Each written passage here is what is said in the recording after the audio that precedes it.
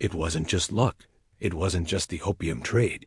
It wasn't even the protection of the British Royal Navy. It was the mastery of asymmetric information networks in a world of slow communication. The history of wealth is often told as a story of invention. We like to believe that great fortunes are built by creating something new. A better steam engine, a faster loom, a revolutionary microchip. But the dynasties that truly own the world do not build machines. They build leverage. They position themselves at the choke points of capital. Flows they understand that the real product is not the commodity being traded. The real product is the spread between the buy price in one empire and the sell price in another. For 200 years, one family demonstrated this physics of power more ruthlessly than any other. They were called the Rothschilds of the East, but their story is darker. Their story is more instructive, and their story is almost entirely erased from the casual history books found in modern classrooms. We are talking about the Sassoon dynasty. To understand the world we live in today, you must understand the machine they built. It was a machine constructed of silver silk narcotics and political influence. It was a machine that broke empires. It was a machine that built cities, and the blueprint of that machine is still in use today. The mechanics of their rise reveal the hidden architecture of modern globalization. Most observers look at the skyline of Shanghai or the banking halls of Hong Kong and see economic miracles. The historian looks at them and sees a crime scene, or perhaps a laboratory where the rules of modern finance were tested, refined, and perfected. The pattern is unmistakable. The arithmetic is merciless. When you strip away the romance of the Silk Road, when you ignore the sanitized biographies, you are left with a cold, hard equation of extraction. This isn't prophecy. It's positioning under constraints. To understand how a single family can capture the economic vitality of an entire hemisphere, we must look at the mechanics of their operation. We must look at the specific moments where they zagged while the rest of the world zigged. We must examine the ledger books and the private correspondence that reveal the incentives driving their decisions. This is not a story about the past. It is a story about the structure of power that governs your life right now. The names change, the commodities change, but the mechanism of control remains exactly the same. The incentive is always to privatize the gains of commerce while socializing the costs of enforcement. The payoff is absolute dynastic security. The risk is that eventually the host organism, the society being extracted from, begins to die. Under these constraints, the rational move for the elite player is always to accelerate the extraction before the collapse. We begin our investigation in the decaying warmth of the Ottoman Empire, specifically in the city of Baghdad in the early 19th century. This is our first case file. The year is roughly 1829. The protagonist is David Sassoon.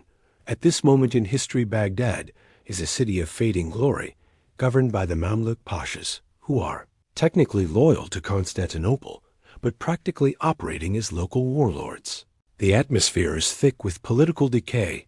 The constraint here is the breakdown of the rule of law. The Pasha Dad Pasha has turned against the Jewish mercantile elite who had managed the city's finances for generations. He has begun a campaign of confiscation.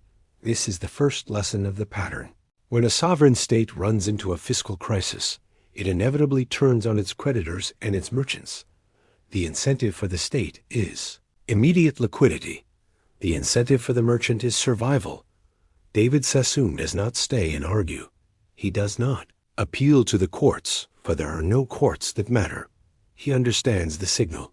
The signal is that the capital cycle in Baghdad has ended. The risk of expropriation has risen to 100%. He packs what can be carried, which is not land, not buildings, but pearls, gold, and credit instruments. And he flees. He runs first to Basra and across the Persian Gulf. He arrives in Bombay, India in 1832. This moment is critical. Most refugees arrive in a new land and seek safety. They seek a job. They seek integration. David Sassoon seeks leverage. He arrives in Bombay just as the British East India Company is losing its monopoly charter. The British Crown is opening up the trade routes to private enterprise. This is the false alternative of the era.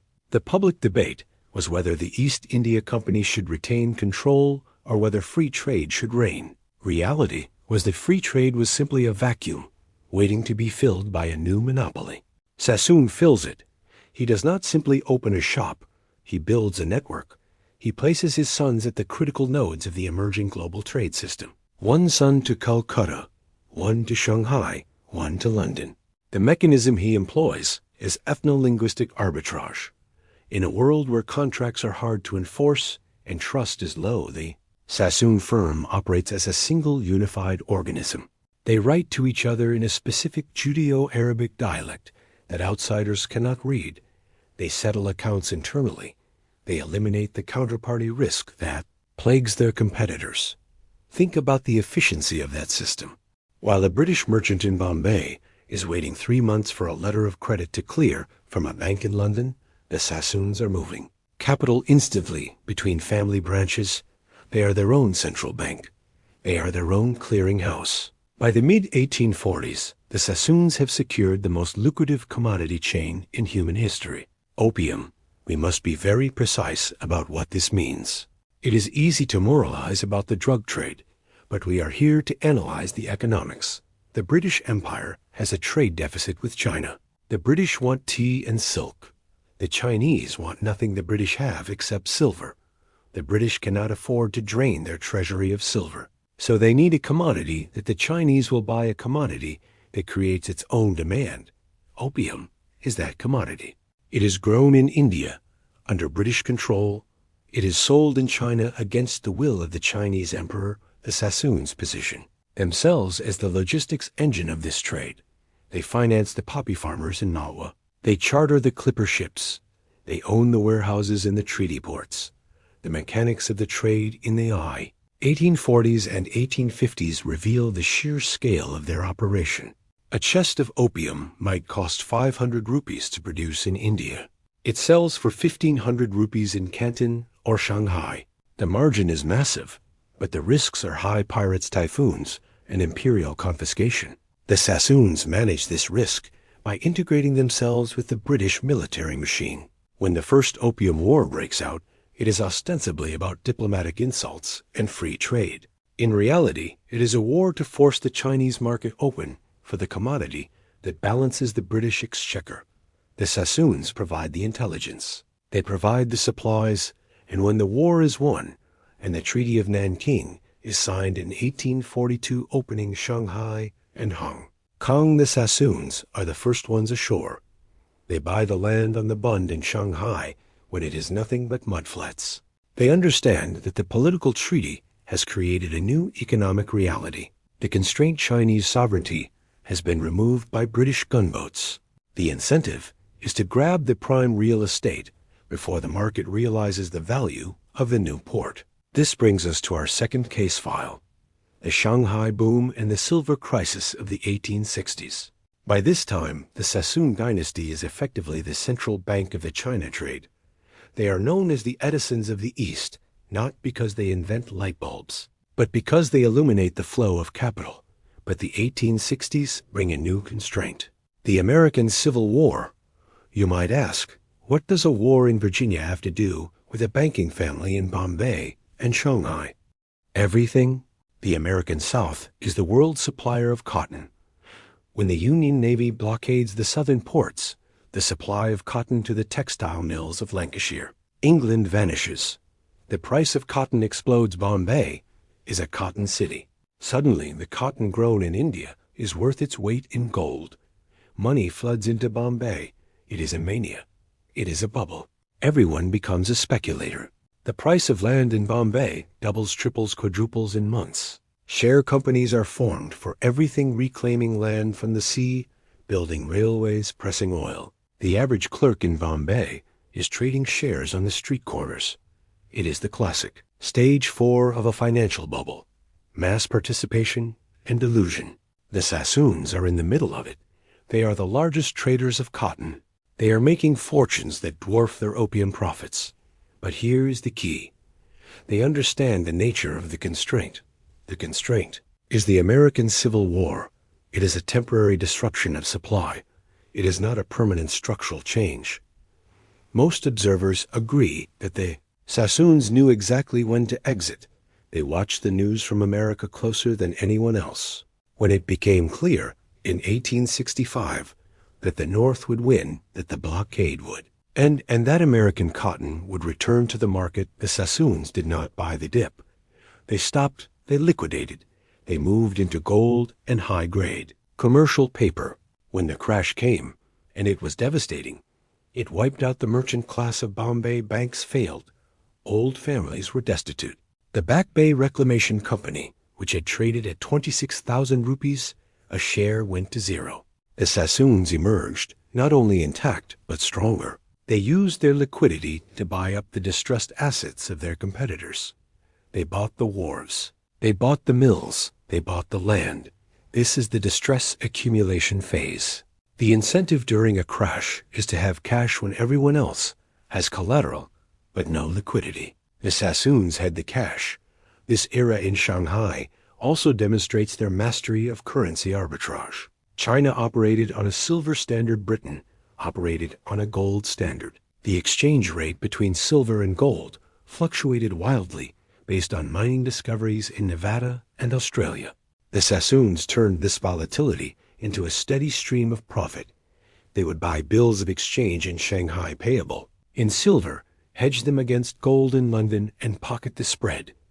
It requires us to look at the specific daily operations of the firm in the 1870s. A clerk in the Sassoon office on the Bund would receive a telegram from London with the morning gold fix. He would then calculate the Sicc silver ingot rate in the local market. If the spread was wider than the cost of shipping and insurance, they would execute a trade immediately. They were performing high-frequency trading before computers existed. They were extracting value from the friction of the global monetary system. The third case file takes us to the late Victorian era, the transition to pure financialization and political integration. The location shifts from the chaotic docks of Shanghai to the drawing rooms of London. The date is roughly 1890 to 1910. The constraint here is the maturation of the family wealth and the desire for permanence. The first generation David Sassoon was an outsider, a refugee wearing Baghdad robes. The second generation led by Albert Abdullah Sassoon and later Edward Sassoon wanted to be insiders. They realized that in the British Empire, real power was not just money. It was social standing and political access. The incentive structure shifted.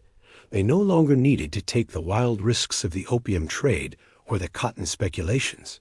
They needed to preserve capital. They began to diversify out of trade and into rent-seeking assets. They invested heavily in the infrastructure of the empire, port trusts, railways, insurance companies. But the most significant move was their physical relocation to England. They bought country estates. They befriended the Prince of Wales, the future King Edward VII. They married into the Rothschild family. This was not just vanity. It was a strategic merger of the two greatest financial networks in the world. By integrating into the British aristocracy, they gained something money alone could not buy: regulatory capture.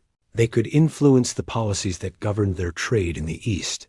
When the anti-opium movement began to gain traction in the young British Parliament led by moral reformers who wanted to ban the trade, the Sassoons were able to delay, deflect, and manage the transition. They argued that ending the trade would bankrupt the Indian government. They used their position to ensure that when the trade was finally wound down, they had ample time to shift their capital into other sectors: real estate in Shanghai, banking in Hong Kong, and industrial concerns in India. The daily life of the firm in this period reflects this shift. The frantic trading of the 1860s is replaced by the quiet management of a diversified portfolio. The letters between the brothers are less about the price of a chest of opium and more about interest rates, dividend yields, and parliamentary votes. They had become the establishment.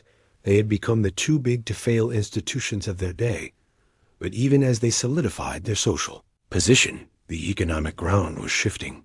The 20th century was approaching, bringing with it nationalism, revolution, and the end of empire.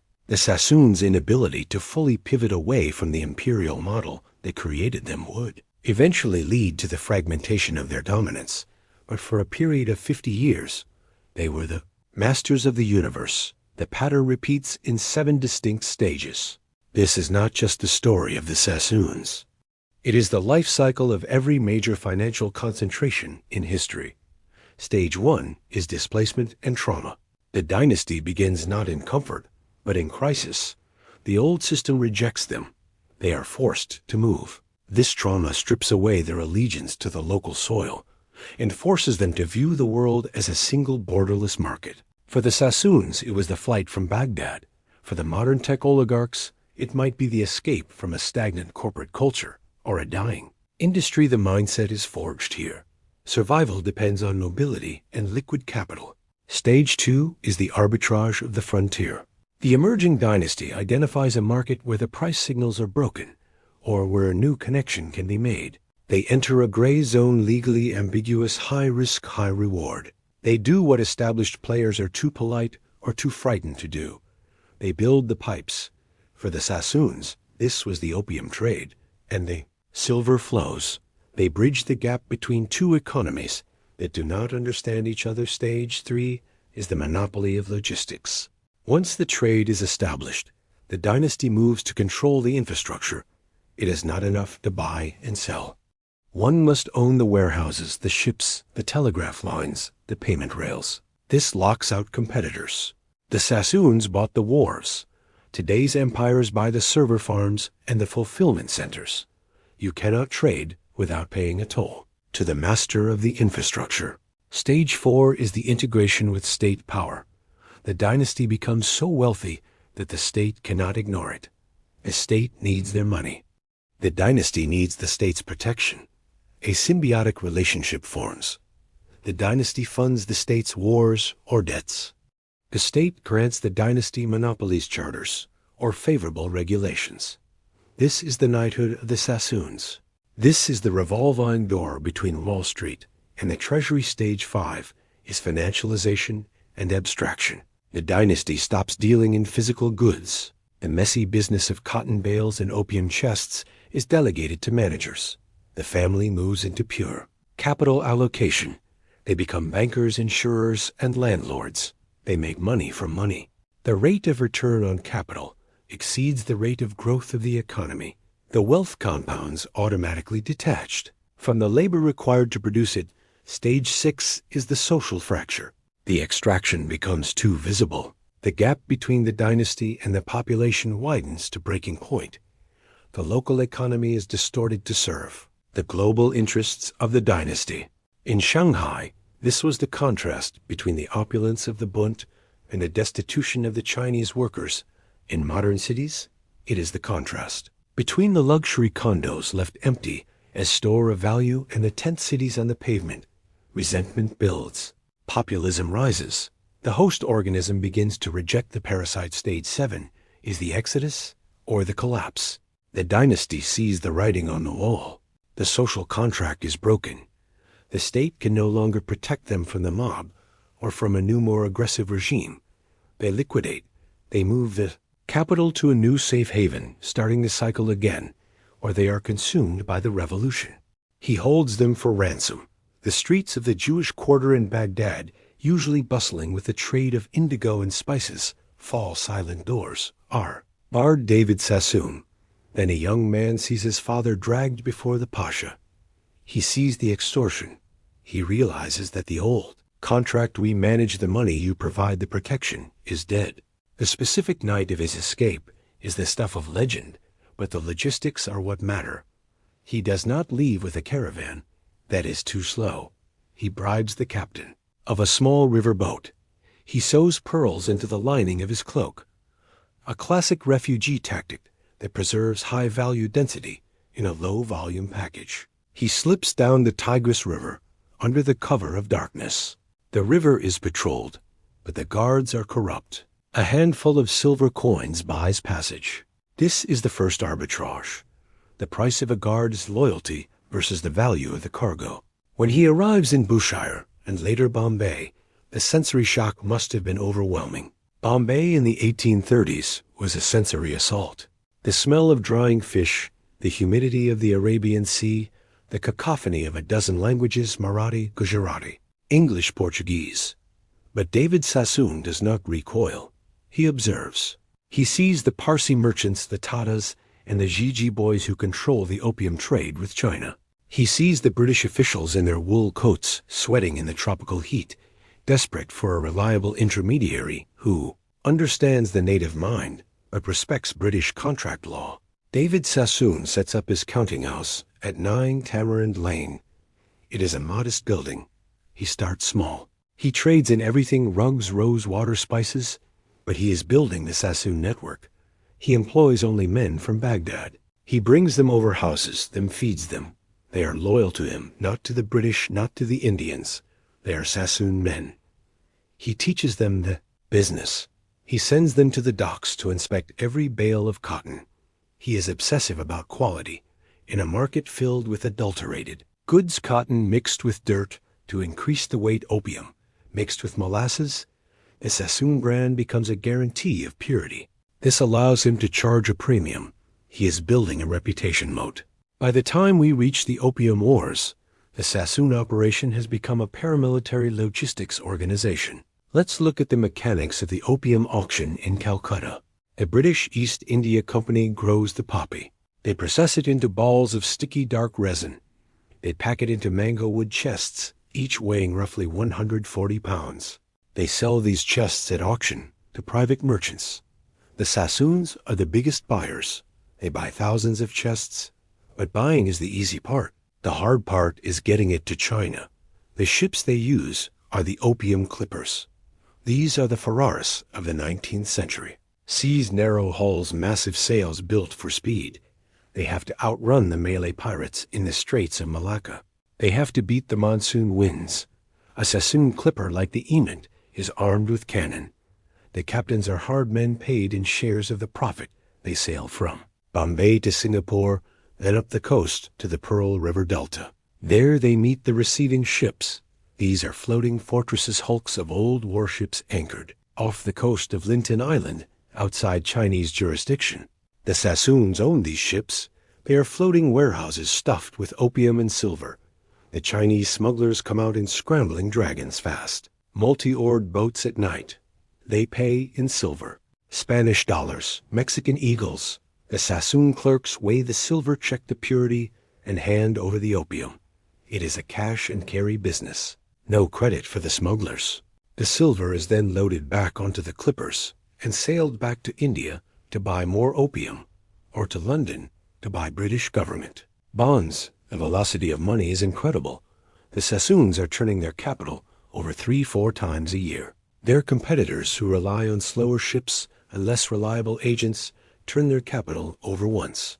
The math implies that the Sassoons will inevitably own the market. It is the law of compound growth applied to a narcotic monopoly. Now let's deepen the analysis of the Shanghai period. The Bund in Shanghai is today a symbol of China's rise, but it was built on Sassoon money. Victor Sassoon, a later descendant, would build the Cathay Hotel, now the Peace Hotel. But in the mid-19th century, it was about securing the prime waterfront. The Sassoons bought the land when it was cheap. They built go-downs, warehouses. They realized that Shanghai was the funnel for the entire Yangtze River Valley. All the tea, all the silk, all the porcelain produced in the interior of China had to come down that river to be exported. And all the opium, all the cotton goods, all the Western machinery had to go up that river. The Sassoons positioned themselves at the mouth of the funnel. They didn't just trade. They financed the trade of others. They founded the Hong Kong and Shanghai Banking Corporation, HSBC, along with other merchants. They sat on the board. They knew the creditworthiness of every merchant in Shanghai, if a competitor was overextended. The Sassoons knew it first. They could squeeze his credit lines. They could force him to sell his inventory at a loss. They could buy his assets for pennies. This is information asymmetry weaponized. They used the bank not just as a source of funds, but as an intelligence-gathering apparatus. The lifestyle of the Sassoons in Shanghai was a strange mix of Orthodox Judaism and British colonial excess. They observed the Sabbath strictly. On Saturdays, the greatest trading house in the East shut down. No telegrams were sent. No contracts were signed.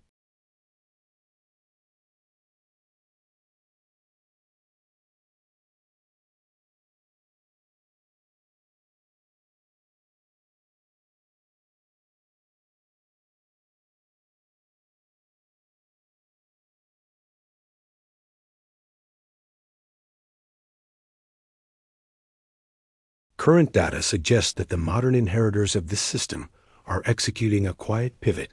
Look at the real estate markets in Hong Kong and Singapore. Look at the flow of family office capital. The old Hongs, the trading houses that succeeded the Sassoons, are diversifying away from their traditional strongholds. They are moving into digital assets, into Western farmland, into decentralized finance. The incentive is clear.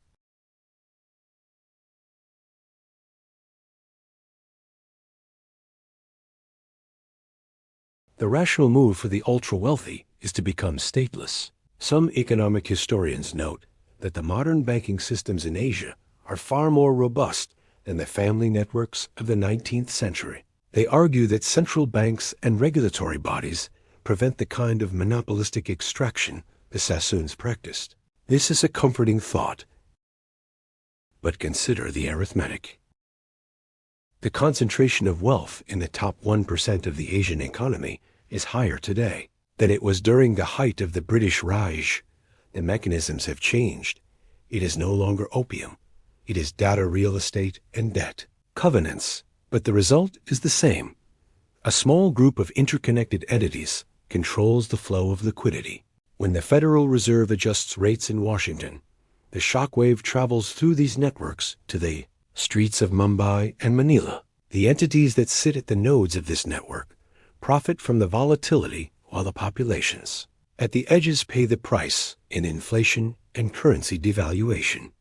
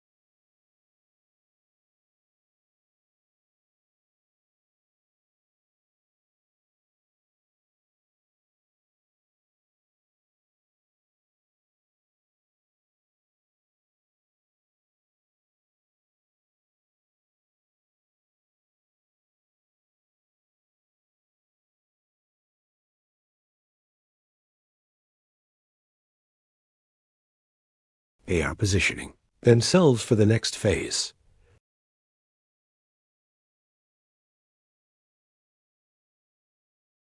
When the central banks lose control of the bond market, when the currency peg breaks. In the Sassoon era, this was the fall of silver or the collapse of the Qing dynasty. In our time, could be a sovereign debt crisis or a major currency reset. During this phase, liquidity vanishes. The middle class, which holds its wealth in paper assets and housing, sees its value evaporate. The dynastic wealth, which is held in gold, land, and art, and is legally domiciled in safe jurisdictions, survives the final phase, is reset and restructure. A new order emerges. New rules are written. A new currency is issued. The assets of the collapsed society are bought up for pennies on the dollar by those who held the liquidity. The Sassoons did this in Bombay in 1866. The global financial elite did this in 2009. They are preparing to do it again. The Great Reset is not a conspiracy theory. It is a standard bankruptcy procedure for a failed economic cycle. The creditors take ownership of the collateral. The only variable is timing and pain. Subscribe. Educate yourself on the history of money. Build resilience in your own supply chain. Pay attention to the flows of capital, not the speeches of politicians. Self-correction. Expansion for length and detail. I have established the narrative arc. Now, I must go back and explode the specific sections to meet the word count density I need to dive much deeper into. The daily life, the specific transactions, and the sensory details of the 3 case studies I need to flesh out the modern mapping with specific examples of current Asian financial dynamics. Without dating the script too fast, I will restart the generation of the body paragraphs to ensure maximum density. Let's re-enter the case study 1 phase and write it with extreme granularity.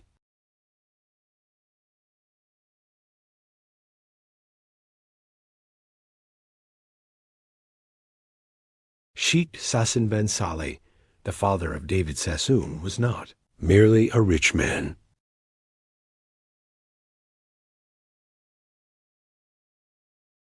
He was the chief banker to the Pasha. The Pasha's palace is a place of opulent decay filled with French clocks that do not work, and Persian carpets worn thin by the feet of petitioners. The Pasha needs money to pay his janissaries, the elite soldiers who keep him in power. If he does not pay them, they will kill him. He cannot tax the peasants any further. They are starving, so he turns to the banker. Sheikh Sassoon sits in the courtyard drinking bitter coffee, listening to the Pasha's demands. The demand is not a request for a loan. It is a demand for a gift. Sassoon knows that if he refuses, his family dies. If he agrees, he weakens his own capital base. It is a game of chicken played with gold coins. For years the Sassoons managed this balance. They collected the customs duties for the Pasha. They moved money to Constantinople. They were the grease in the gears of the Ottoman machine. But in 1829, Daud Pasha decides that he no longer wants a banker. He wants the bank. He begins a campaign of terror. He arrests prominent merchants. This baffled their Chinese counterparts and frustrated their British partners. But it reinforced the internal discipline of the clan. It reminded them that they were different. They were a tribe apart, yet on Sunday they were at the racecourse. They owned the best horses. They threw the most lavish parties. They navigated the social hierarchy of the international settlement with the same precision they applied to the ledger book. They knew that in a colonial society, perception is power. If you look like you own the city, people will assume you do, and they will extend you credit on that assumption. Let's expand on the sterling shift and the move to London. This was not a simple relocation. It was a complex financial hedging operation that lasted decades. The late 19th century was a period of deflation. The gold standard was rigid. Prices of commodities were falling. The Sassoons realized that being long commodities, owning lots of cotton, opium, silk, was a losing bet in a deflationary world. The winning bet was to own debt, to be a creditor, to own bonds that paid a fixed interest rate in gold. As prices fell, the real value of that interest income rose, so they began to liquidate their trading positions. They sold their opium quotas. They sold their cotton mills. They took that capital and bought Consol's British government consolidated annuities. They bought railway bonds in India, guaranteed by the British government. They transformed themselves from merchants into rentiers. This is a critical distinction. A merchant takes risk to earn profit. A rentier uses capital to extract a guaranteed return from the productive labor of others. The Sassoons realized that the British Empire had reached its peak expansion. The era of easy plunder was over. The era of administration and taxation had begun. The smart money moves from the frontier to the center. They moved to London. They bought Park Lane mansions. They became friends with the aristocracy, but they never lost their eye for the hidden trade. Even as they entertained royalty, they were quietly managing a vast portfolio of real estate in Bombay and Shanghai from their London offices. They used the telegraph to micromanage their agents. The correspondence from this era shows a family obsessed with detail. Why did we pay 4 annas for coal in Bombay when the price is 3 annas in Calcutta? Why is the rent on the godown in Hong Kong 2 days late. They delegated the work, but they never delegated the control of the cash flow. This brings us back to the 7 stages and how they map to the present. We mentioned stage 6, social fracture. We see this clearly in the history of the Sassoons in Shanghai in the 1920s and 30s. The city was booming, but the inequality was staggering. The Sassoons and the other Taipans lived in bubbles of luxury, while the streets were filled with refugees, labor strikes, and communist agitators. The Sassoons dismissed the political risk. They believed the British gunboats would always protect them. They believed their money made them untouchable. Victor Sassoon famously said, "There is only one race greater than the Jews, and that is the Derby." He was busy building the most luxurious hotel in Asia, while the Japanese army was advancing in Manchuria. This is the normalcy bias of the elite. They believe the party will go on forever, because it always has. They mistake a long cycle for a permanent state. When the Japanese took Shanghai in 1941, the Sassoon Empire in China was effectively wiped out overnight. They lost the buildings, they lost the revenue, they lost the power. They had diversified enough to survive in England, but the eastern part of their empire was gone. The lesson is that no amount of financial engineering can protect you from a total geopolitical regime change. When the tanks roll and the ledger books don't matter. Now mapping this to the present day, look at the behavior of the global tech giants and the modern financial dynasties. They are currently in stage 5 financialization and stage 6 social fracture. They are sitting on massive piles of cash. They are buying back their own stock financial engineering rather than investing in new factories. They are buying farmland and bunkers.